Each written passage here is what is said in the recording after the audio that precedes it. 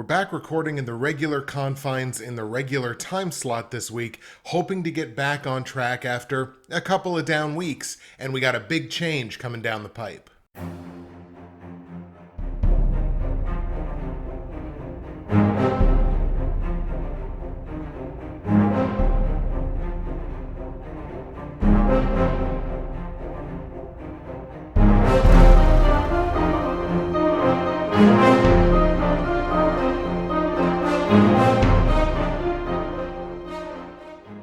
What's happening, everybody? Justin, Bridgewater's finest on YouTube, Blockbuster_guy on Twitter, fueled as always by the incredible folks at NerdTees, and welcome to week 10 of my weekly NFL football pick show for the 2021 NFL football regular season and postseason. And yeah, week 9, depending on who you talk to, and it'll be pretty much everybody, a down week. In week 9, a lot of us in this community struggled in week 9. To quote the venerable Pat McAfee, we don't know anything about any of these teams.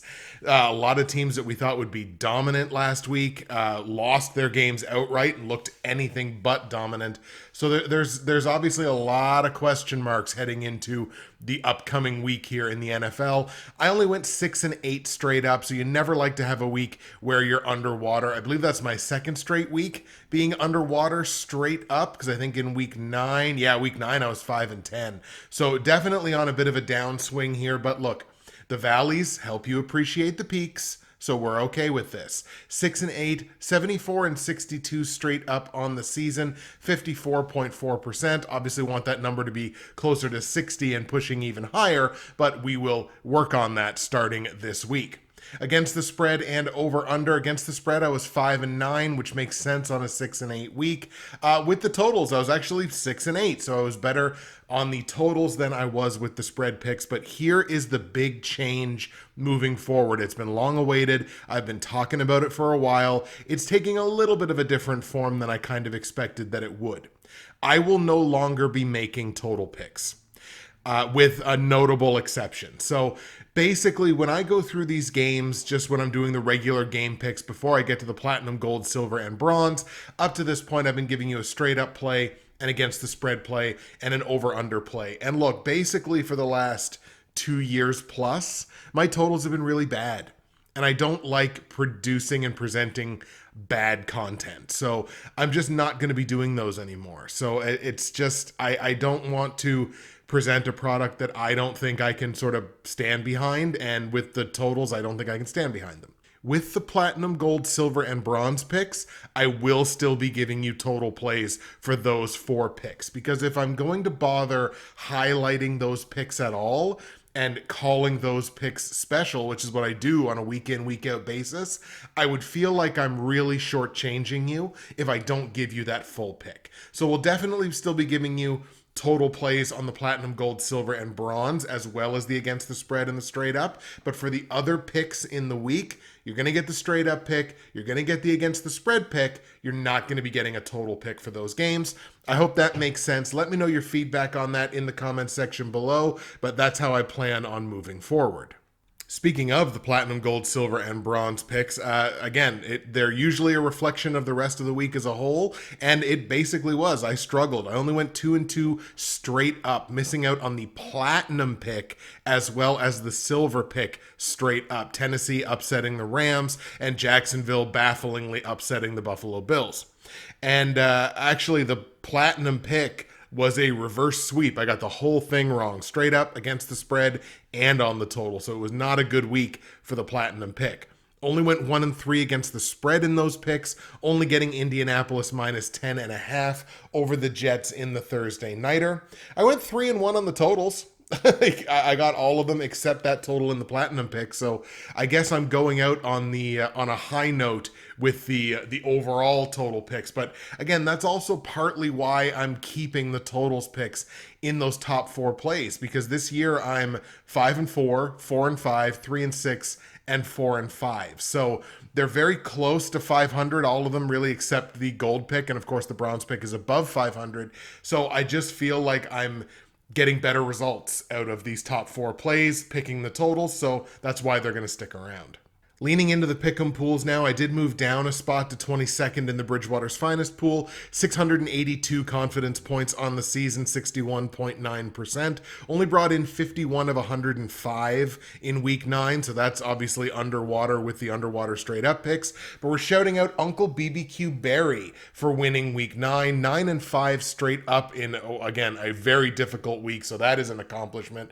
Only 63 of 105 confidence points, so obviously, I mean, look, they went 4 games over 500, but lost a ton of confidence points on those losses. It was 60%. It was still good enough to win the week. Fourth and Ridiculous, remaining the overall leader in the Bridgewater's Finest pool, but their lead has lessened in the last couple of weeks. It is a much more competitive pool than it was a few weeks ago. They're at 809 confidence points, 73.5%, and I've said it for a long time, right around 70% is like that championship pace over the length of a season.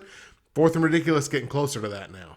The half moons against the spread pool, I'm still sitting right around 45th, so right in the meaty part of that curve. 499 confidence points. It's only 45.3%, but it's still about halfway in the pack, so that's just the kind of season that it's been.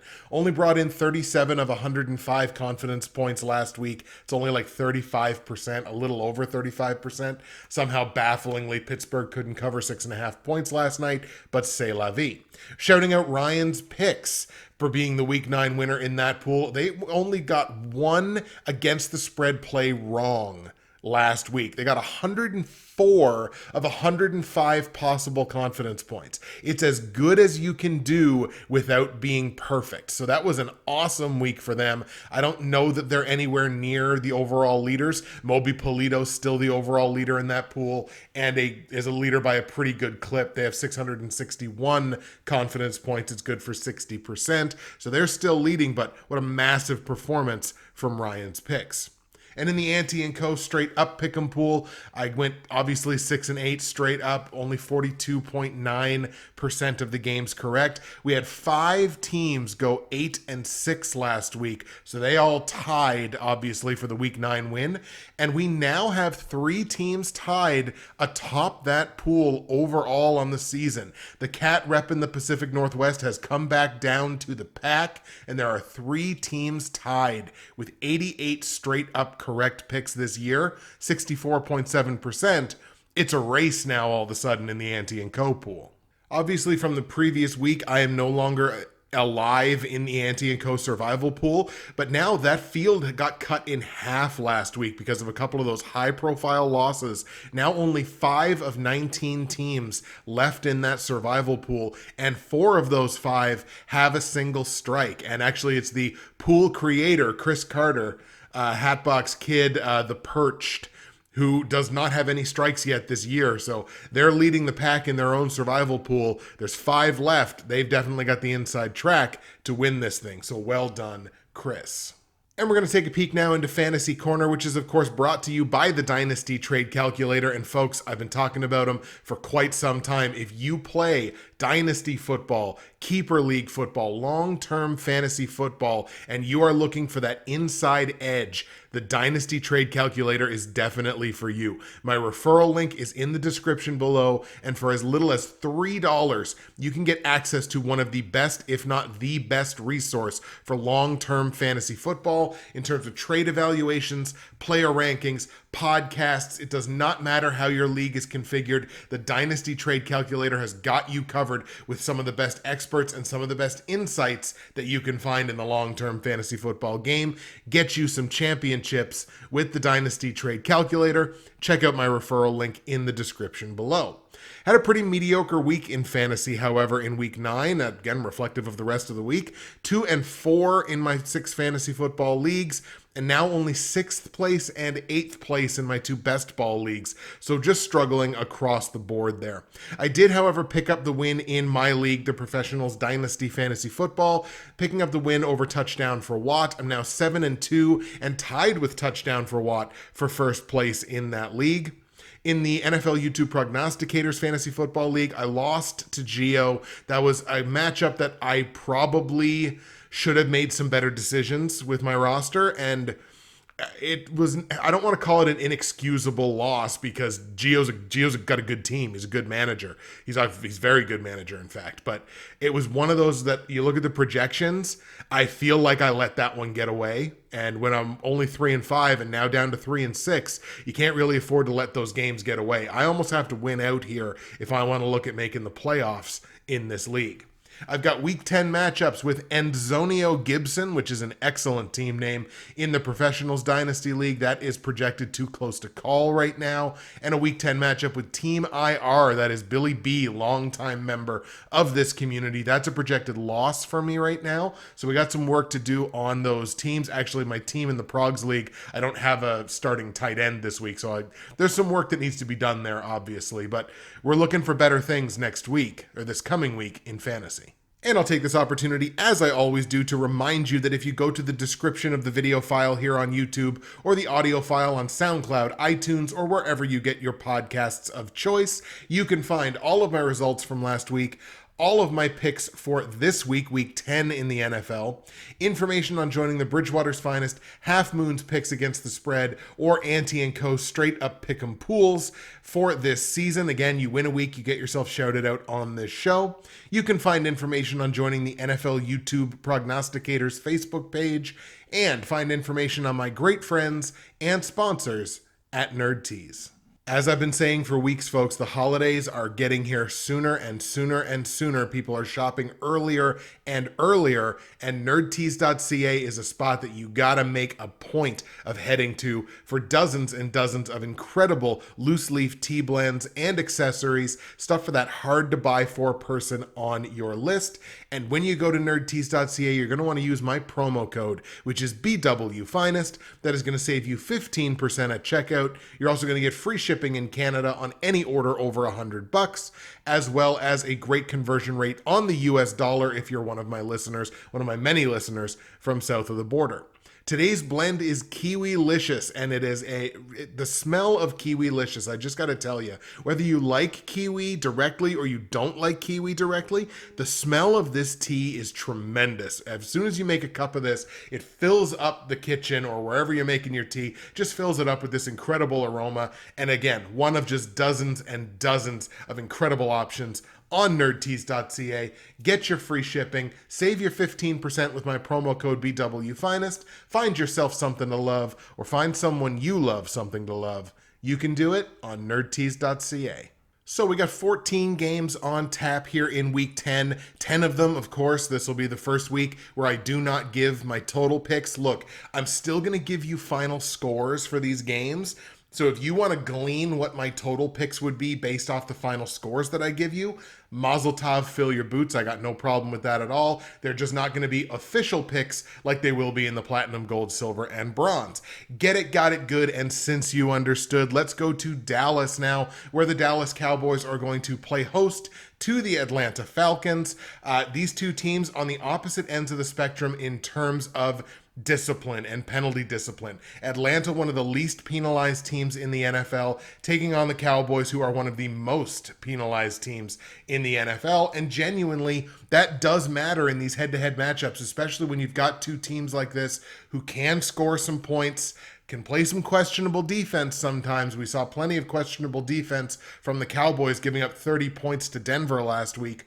Now, Atlanta is on the tail end of back-to-back road games, which does tend to, I think for a team like Atlanta especially, where they basically have to cross the country for this game and don't tend to travel all that well, at least historically, this is one of those situations where being on the tail end of back-to-back roadies, not good news. While this game feels like it should be something of a layup for the 6-2 NFC East leading Cowboys, don't count out Atlanta in this matchup at all. This feels like a close game to me. One of those games that I think somebody would look at on the schedule and go, okay, well, there's a win for Dallas, and kind of move on. I think this is going to be a bit of a sneaky game. I do think Dallas still comes up with the win. So I'm going to take the Cowboys to win the game straight up. However, on the line, Dallas is laying 9 points as a home favorite, which I think is close to the number they were laying last week as a home favorite against Denver and lost that game by 2 possessions. So I'm going to take the Cowboys to win because I do genuinely think they're the better team. However, I'm going to take Atlanta plus the 9 points against the spread. And I understand that Atlanta and Denver, obviously two very different football teams that operate very differently and try to win on different sides of the ball. So I totally get that. But when you look at Atlanta, they're only giving up 23 points a game over the last month. Yes, Denver's giving up 19, but the difference between 19 and 23 is not a ton. So I do genuinely think this game stays within the 9 points. I think it's a single possession game. I'm going to take the plus 9 on the Falcons. Let's go Dallas 30, Atlanta 24. Let's go to Tennessee now. Titans playing host to the New Orleans Saints. The Saints, as we've talked about a lot this season, one of the best ball control teams in the NFL. They do not turn the ball over a ton. They generate turnovers on the defensive side, so definitely a boost for them. But the Saints are one of these teams that I don't know what they are. Like, they're a team that scores a lot of points, and statistically speaking, the defense is very good. Like, they're the best scoring defense in that division. But some of the play that I see out of the Saints sometimes just baffles me. This doesn't feel like it should be a 5-3 team. This team feels like they should be like 6-2 or 7-1, but they're not. And I don't think I can trust them going into a game in Tennessee, where Tennessee is on fire. Tennessee might be the hottest team in the NFL right now, and they just lost arguably one of the top 3 running backs in the NFL. We're like, how in the world? Their whole offense runs through him. How are they going to win? And they just said, like this, and they went out and they won. So I got to take Tennessee here because they're the team certainly that is more, firing on more cylinders is what I'm trying to say than the Saints are. So we're going to take Tennessee to win this game straight up. On the line, Tennessee's only laying 3 points as a home favorite. I like them to win. That's a relatively small price to pay. I think I'm going to go ahead and lay the 3 points on the Titans. I think they've officially reached gotta see them not do it territory before I don't pick with them. Like, they're on fire. I think I kind of want to jump on this train. So we're going to lay the 3 points on the Titans. Let's go Tennessee 24, New Orleans 20. Let's go to New England now. Patriots playing host to the Cleveland Browns. There's plenty to talk about in this game. The Browns may potentially be without Greedy Williams, although they're officially labeling him as day-to-day. There's a chance that they get Kareem Hunt back in this game. But what we can say about Cleveland is they take too many penalties. They are on the tail end of back-to-back road games. And again, they don't strike me as this team that travels exceptionally well. But potentially the biggest storyline of this game is who is going to be in the backfield for the New England Patriots. Stop me if you've heard this conversation before.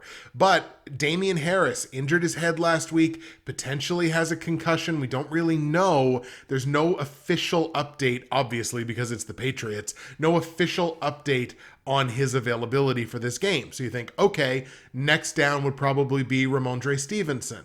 Well, Ramondre Stevenson also injured his head in the game last week. I think on his last carry of the game, he injures himself as well. So now it's like, okay, if Harris doesn't play and Stevenson does, then obviously that's a downgrade on the offense. It's an upgrade for Brandon Bolden. If neither of them play, it's a massive upgrade for Brandon Bolden. As a matter of fact, you may want to grab him in whatever fantasy leagues you can, because he may be in line for a massive game. But I've been thoroughly unconvinced of the Patriots' offense, even though they've definitely been playing better lately. And that's even, like, take the 54-point game out of it. The last 4 games they've had, aside from that 54-pointer, has been 24, 27, and 29 points. This is also a really good defense. So this is a really, really good Patriots team. I just kind of feel something about the Browns here. It's an upset play for sure. I'm going to take the Browns, I think, on the road in New England. I think Cleveland gets the job done, especially getting a guy like Kareem Hunt back that puts their two-headed monster in the backfield back together. And obviously Cleveland is at their best when that is the case.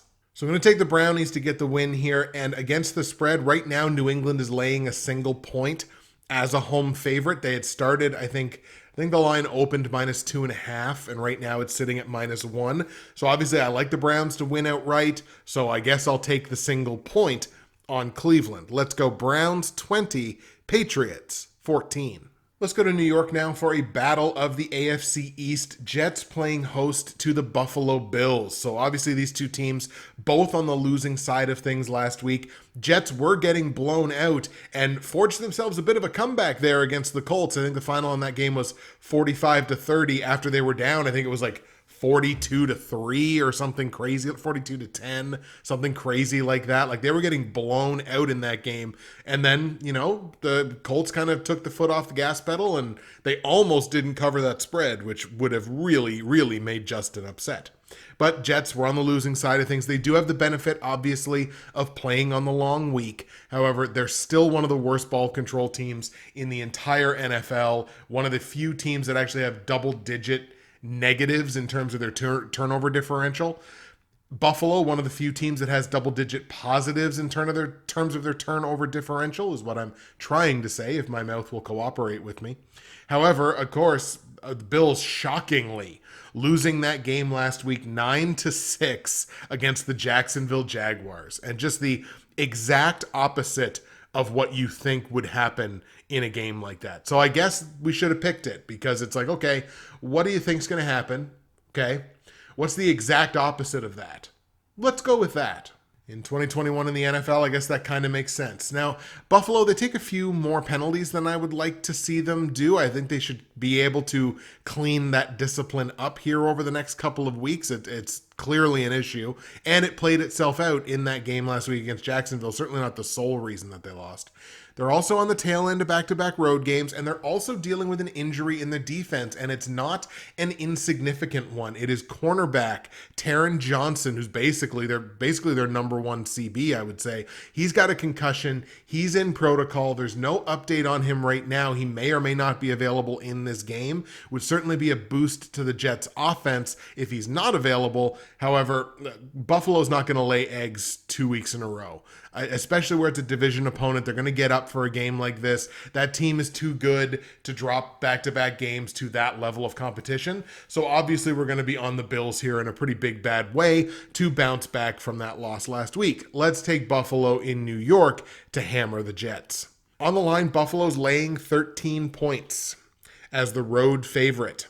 I feel like this is going to be a popular hedge. I personally have this as a 4-possession game. So I have no problem laying 13 points. We're going to take Buffalo minus the 13 points. Buffalo over the Jets. Let's take Bills 35, Jets 9. Let's go to Pittsburgh now, where the Steelers, fresh off a 2-point victory last night on Monday Night Football. Again, a game that I thought they should have been able to cover the -6.5 against a team like Chicago, whose offense is problematic to say the least. They were not able to do that. They win that game 29-27. So Pittsburgh going to come in on the short week. They're going to play host to the Detroit Lions, who are coming in off their bye. So at the very least, they will be a well-rested football team. However, a well-rested Detroit Lions team are still the Detroit Lions.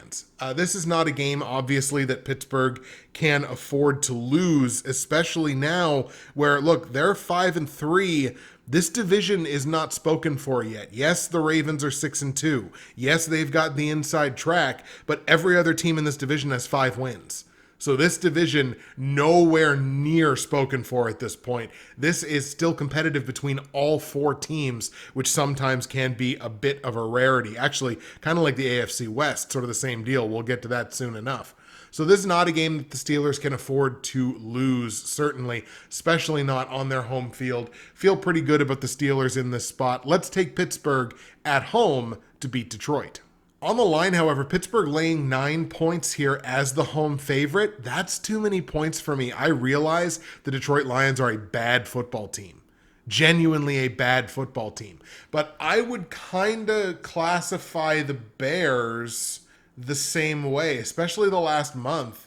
The Bears defense has completely caved in on itself. So I don't necessarily know that the Bears defense right now statistically is all that worse or dissimilar from the Detroit Lions. And if Pittsburgh was not able to cover 6.5 against Chicago, I don't think they're going to cover 9 against Detroit. So I'm going to take the 9 points on the Lions, even though I am taking Pittsburgh to win the game straight up. Let's go Steelers 24, Lions 21. Let's go to Los Angeles now for a matchup of the two of the teams anyway that I am the least confident in just historically. The LA Chargers and the Minnesota Vikings. Two teams that I have struggled so hard, not just this year, but in years past, to actually get a handle on when to pick them and when to fade them. And now they get to play each other, so hooray for Justin. Vikings enter this game on the tail end of back-to-back road games. They are, however, one of the best ball control teams in the NFL. Speaking of the AFC West, Chargers, who were winners last week, have the inside track right now in terms of tiebreakers. They technically lead this division, despite the fact that every team in this division, obviously very, very close in terms of wins and losses. Now, the Minnesota Vikings are losers of 2 straight games, sit at 3-5, a full basically 3.5 games back of division leading Green Bay in the NFC North. So Minnesota's got to start turning it on here because we're getting to that point in the season where, okay, if we don't think we can catch the team in front of us for the division, what does the wild card situation look like? And maybe it seems too early to some people to start talking about wild cards, but right now in the NFC, the wild card would play out like this. You got the Rams at 7-2, you've got the Saints at 5-3, and then you've got the Falcons actually at 4-4. So the Vikings are a full game back now of that 7th playoff spot in the NFC. So can they afford to lose a game like this? Really, neither one of these teams can afford to lose this game, which will make it probably an exciting, interesting, high-scoring, entertaining football game. But given that these are two teams that I do not trust to take when they are the favorites, I'm just going to take whoever the underdog is. And I know that's not exactly the greatest way to pick games, but sometimes you just got to pull that one out. And right now, the Vikings are 2.5-point dogs in Los Angeles. I'm going to take Minnesota to win this game outright. Again, the dogs are going to hit. Hand over my heart and other hand raised above my head. I said it last week that I didn't think the rule of 4 was going to hit because it was undefeated up to that point in the season. It tends to lose at least 3 times a year. So I was like, I'm going to fade the rule of 4. And the rule of 4 spanked me last week. 7 betting underdogs won their games outright last week. And the rule of 4 hit by the time the early afternoon games were done. So I learned my lesson. I do think the rule of 4 hits this week. And this is going to be one of those games. Again, we already gave you one with Cleveland. This is going to be another one of those games where I just think the dog finds a way to win the game outright. So I'm going to take the Vikings to win the game straight up. And, of course, take the Vikings plus the 2.5 points against the spread. Let's go Minnesota 31, Chargers 27. High-scoring, entertaining football game. Maybe comes down to the last play of the game. I think Minnesota gets the job done. Before we move on here, I'm going to make this announcement because it literally just happened as I'm recording this episode. In the NFL YouTube Prognosticators Fantasy Football League, we had a trade just go down in which Gio, who I talked about earlier, acquires Zach Moss, and Billy, who I also mentioned earlier, acquires Nyheim Hines and Alexander Madison. So let me know in the comment section below what you think of that trade. This is a full PPR league. It's 12 teams. We do have a couple of keepers every year with some rules about who can and cannot be kept. If we assume that any of those players could potentially be kept, what do you think about that trade? One more time, Zach Moss for Nyheim Hines and Alexander Madison. Seemed rather apropos where we just talked about the Vikings. Okay, moving on. Let's go to Denver now. The Broncos in the basement of that AFC West, but like we mentioned, every team there is uber competitive. In fact, all 4 teams have exactly 5 wins. So yeah, the Broncos are in the basement, but they're still 5-4 on the year. Obviously came up with a win that not a lot of teams or people would have expected them to pull out last week, that win against Dallas in Dallas. Denver is actually now winners of 2 straight games. So Denver might be turning it on here a little bit. They are going to face a Philadelphia Eagles squad that obviously has struggled this year. 3-6 coming up on the unhappy side of things last time they were on the field. I've talked about the Eagles all year as one of the more penalized teams in the NFL. They don't seem to be able to get that straightened out. It's tough to pick with a team like that. But here you have a unique situation. You have a situation where actually both teams dealing with fairly significant injuries that I think might play off of each other. For the Broncos, it's offensive tackle Bobby Massey. He has an ankle injury. He will not play this week. And you take that in conjunction with the Denver Broncos kind of the walking wounded here coming into, at least, the very least, they get to come back home. But Massey's got that injury. I think Patrick Surtain picked up an injury from last week. This team is beaten up, and they've been dealing with injuries all year long, starting with, my God, Jerry Jeudy pretty well right out of the gate. The Philadelphia Eagles potentially dealing with an injury as well, that being cornerback Darius Slay. And obviously that is no small piece of their defense. He's dealing with a hamstring injury. There's no update on him right now. So he may very well just wind up being a day-to-day thing that he can manage, and he winds up playing. Obviously it's still worth mentioning because he's a big piece, like I said, of their defense. So you got two teams here who are both, dealing with injuries. One team takes more penalties than the other, which makes it tougher to pick with them. But maybe this is fishing for another upset. But I look at the injury situation for Denver above and beyond Bobby Massey, and I don't feel good about it. I don't feel good about picking this Broncos team, even though maybe it looks like they've turned a corner a little bit. And look, they're a good football team. There is no question about that. I wouldn't necessarily characterize the Eagles right now as a good football team. That being said, I'm going to lean a little more on their offense because their offense has been playing very well lately, at least 20 points in every game this month. Just a couple weeks removed from putting up 44. I think their offense has a higher ceiling than the Broncos does, and if the defenses can be considered somewhat similar, I think it's a tight game for sure, but I'm going to take the Eagles in Denver to beat the Broncos. On the line, Philly's a 2.5-point dog in this matchup, so obviously Vegas considers this a close matchup as well. I like the Eagles to win, so I'm going to take the 2.5 points. Let's take Philly 21, Denver 20. Let's go to Green Bay now. Packers playing host to the Seattle Seahawks, and this is a matchup that could potentially feature two probably surefire Hall of Fame quarterbacks, or could feature Jordan Love versus whoever's been playing quarterback for Seattle. Obviously, Aaron Rodgers is 10 days on the COVID protocol list. Will be up on Saturday. This game obviously being played on Sunday. So good chance he does probably play, but it's not a guarantee.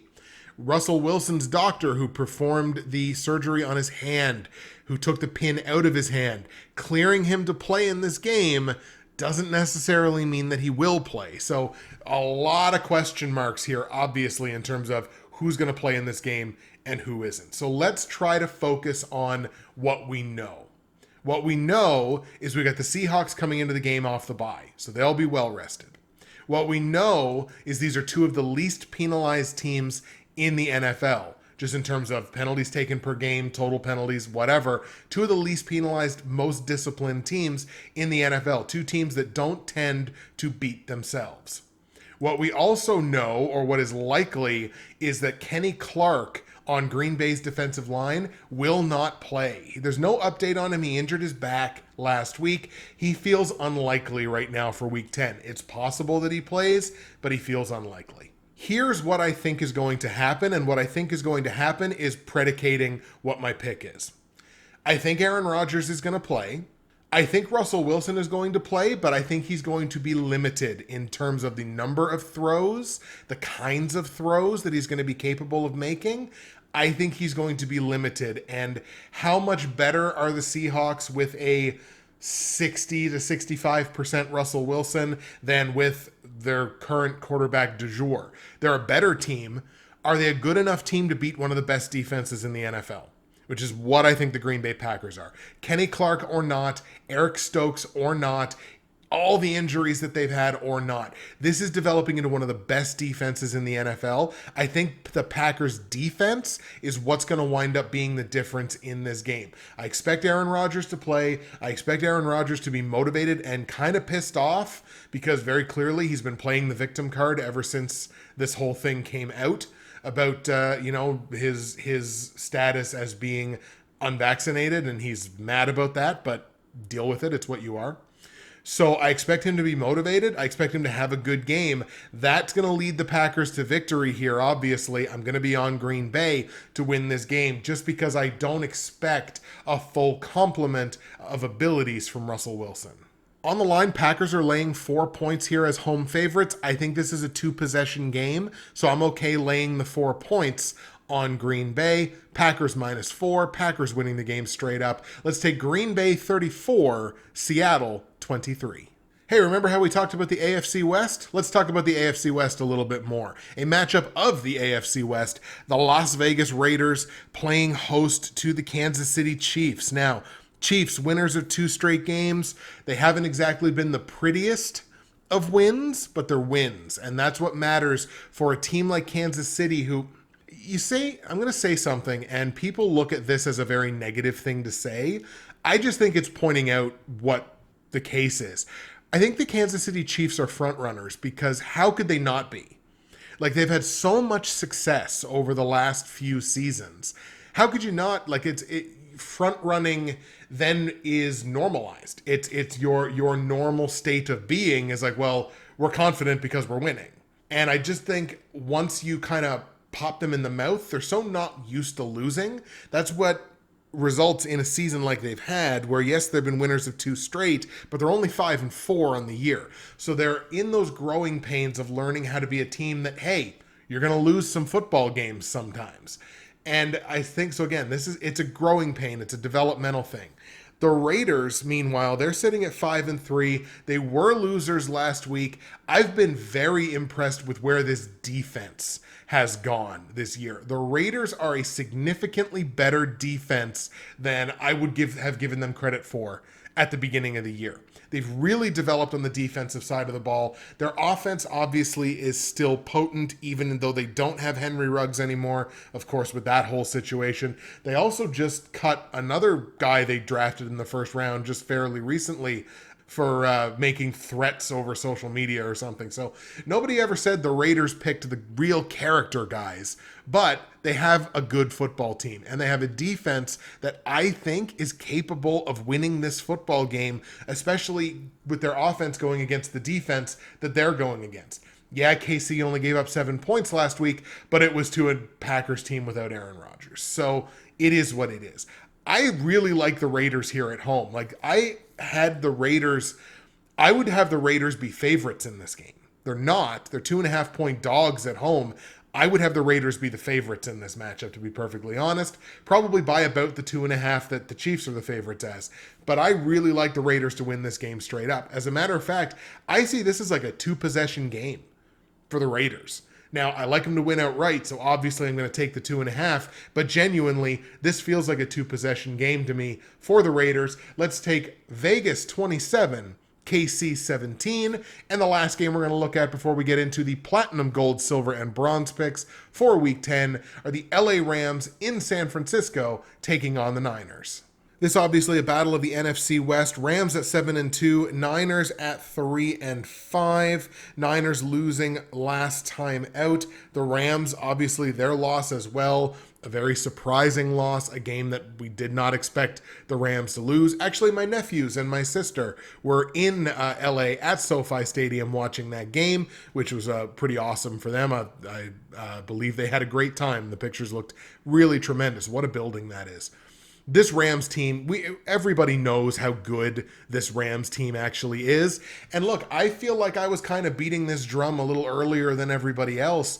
I don't think San Francisco is a very good football team. Like, yeah, the record is close to 500. It's 3-5. Yeah, they lost last week. The Niners have yet to win a game at home this year. They're 0-4. This is not a good football team to me. Now, look, this is a team that obviously historically over the last few years been absolutely riddled with injuries, and that's no different right now. They are, of course, dealing with yet another one, this one being to offensive tackle Mike McGlinchey, starting offensive tackle. He tore his quad. He is done for the rest of the year. Some of you will be hearing that now for the first time, and I apologize. Is there a worse thing to have to do in football than to face that Rams front seven and be down one of your starting offensive tackles? I believe it's the right tackle. And of course, Jimmy Garoppolo also dealing with a little bit of a tweak injury from last week, although I think he said it was kind of a freak thing and he would be fine. But if his mobility is at all compromised, well, imagine having to run away from Aaron Donald. Yeah, I'm heavy on the Rams in this game. I don't think they're going to lose two straight. The team's too good for that. So we're on the Rams here in San Francisco to lay a whooping on the 49ers. On the line, the Rams are only favored by 4, which feels like an absolute gift because this feels like a 3-possession game to me, easy. So we're going to go ahead and lay the 4 points on the LA Rams. I imagine this line will grow to closer to a touchdown by kickoff. Let's go Rams 34, Niners 13. Once again, San Francisco, I appreciate you remembering that Brandon Ayuk is a person that exists over these last couple of weeks as someone who has many shares of him in fantasy football. But yeah, don't think the Niners are quite prepared for this one. Okay, here we go, folks. Platinum, gold, silver, and bronze picks for Week 10 in the NFL. Once again, I will be giving you over-under plays in these picks because they are my top picks of the week. Starting with the bronze pick, 8-1 straight up, 7-2 against the spread this year, and 5-4 on the totals. Sees the Miami Dolphins at home playing host to the Baltimore Ravens. Now, Miami's got to feel kind of big in their britches, picking up just their second win of the season last week, and they get rewarded by getting to come home and having to play the Ravens. Baltimore were winners as well last week, and I don't think there's anything that the Baltimore Ravens do worse than the Miami Dolphins. I'm really hard pressed to think of an area where I would look at the Dolphins and go, oh yeah, I think the Dolphins are the better team.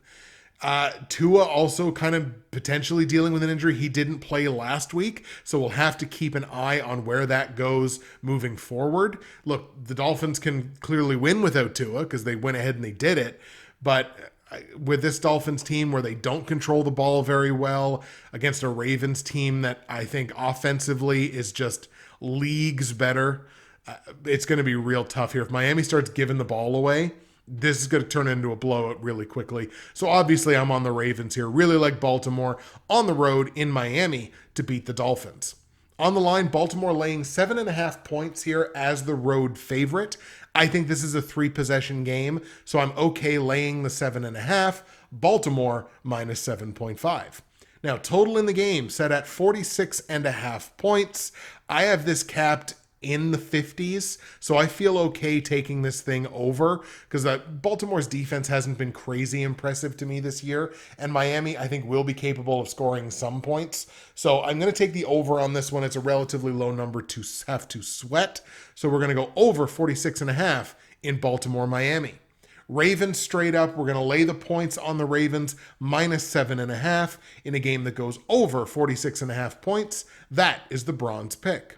My silver pick, where I'm 8-1 straight up, only 4-5 both against the spread and over under. So let's even that up this week with the Washington football team coming off of their bye, playing host to the Tampa Bay Bucks, also coming off of their bye. So rest evened up in this one, and that's basically where the evening up of this matchup begins and ends. Washington takes relatively few penalties, actually. It's one of the things I think the Washington team does very well. They're relatively disciplined, so that's certainly helpful. They won't shoot themselves in the foot all that often. However, this Bucks team kind of has a way of making you make some mistakes. I think Tampa is easily better on the offensive side. I think Tampa is easily better in almost all aspects on the defensive side of the ball. This is just not one of those games that Tampa could afford to lose and still say that they are as good as everybody thinks they are. We're going to be on the Bucks in this one. Second straight road team that we're grabbing here in these picks. Let's take Tampa to beat Washington.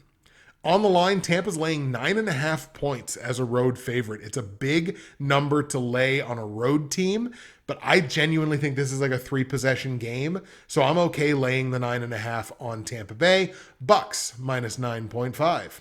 Total in the game is at 51.5 points. Washington's defense is really bad, but I think they're capable of scoring some points as well. I'm going to go over on this one, over 51.5 points in Tampa, Washington.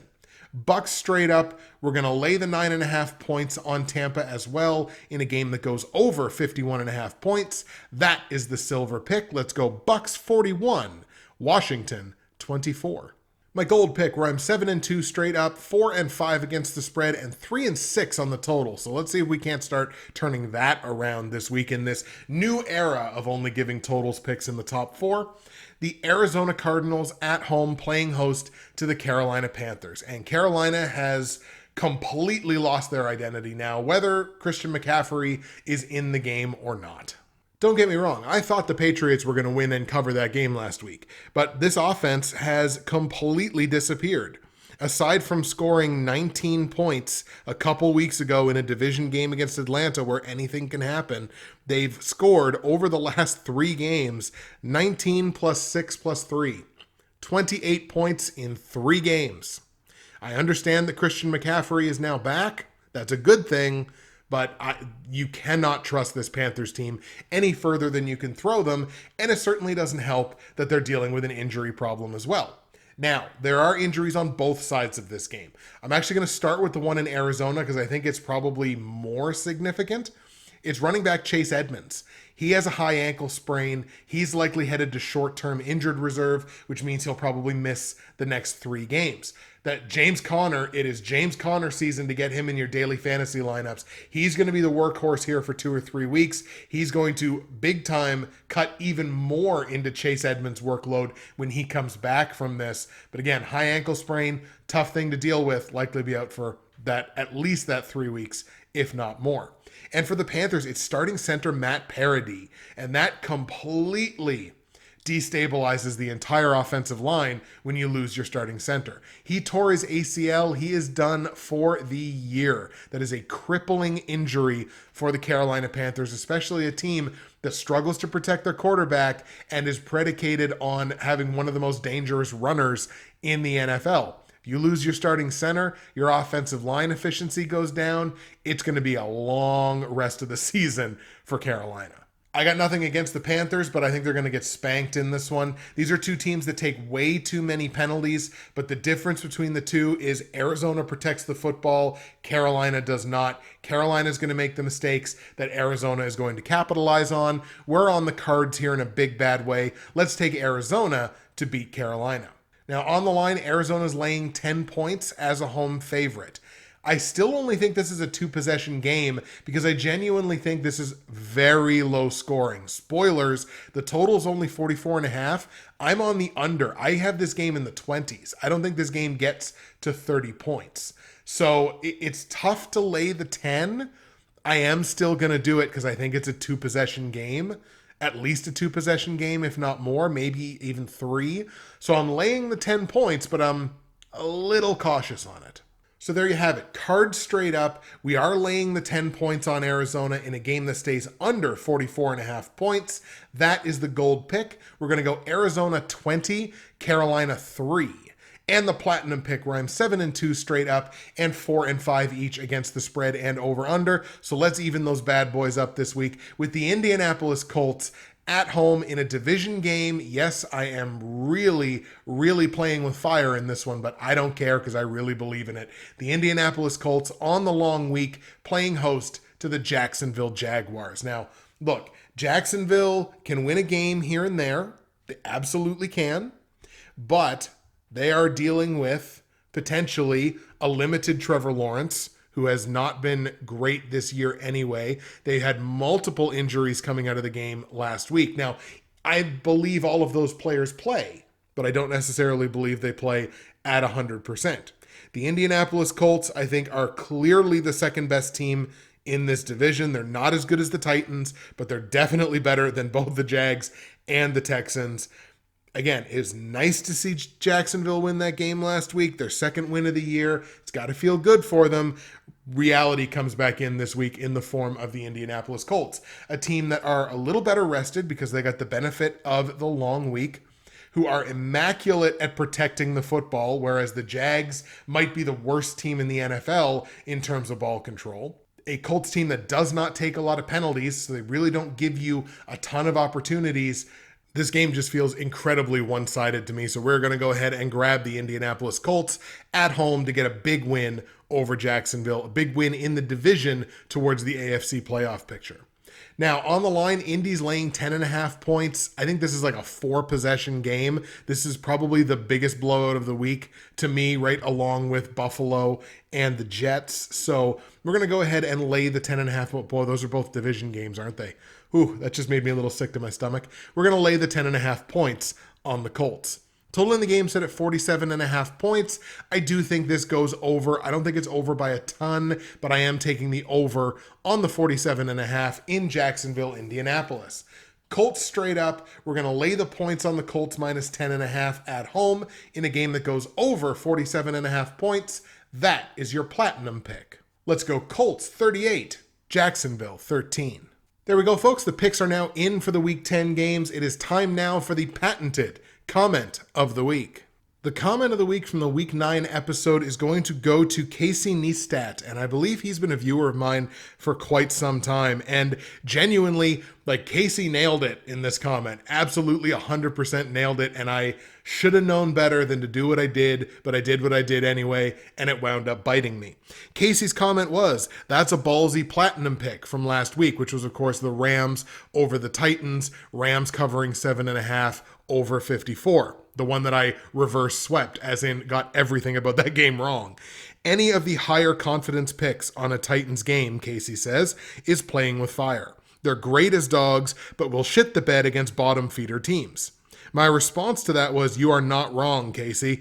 The Titans are definitely on that list of teams that should be nowhere near my top picks as a winner or a loser, but sometimes you got to go with your gut. Now's the time to do it in the middle of the season. So while I agree with that, while I agree that now's the time to go with your gut plays, Casey was 100% right, and that game should have been nowhere near my top picks, and I got punished for it severely. So Casey, I'm going to take that punishment, I'm going to turn it around and reward you with the comment of the week from the Week 9 episode. There we go, folks. The Week 10 show is now in the books. Thank you so much for watching and listening. Give me some feedback. Let me know what you think about my decision with the total plays. Let me know if you like this format where you keep the total plays for the top 4 picks, but eliminate them for everything else. And once again, if you want to glean what my total plays are from the final scores that I gave you, then we can go ahead and do that for sure. Thank you for watching. Thank you for listening. That's it for me, Justin, Bridgewater's Finest on YouTube, Blockbuster_guy on Twitter, currently enjoying the last day of my vacation as a single tear rolls down my cheek, fueled as always by the incredible folks at NerdTees. Enjoy the games in Week 10. We will see you again for Week 11. We keep recklessly moving towards the end of this NFL season.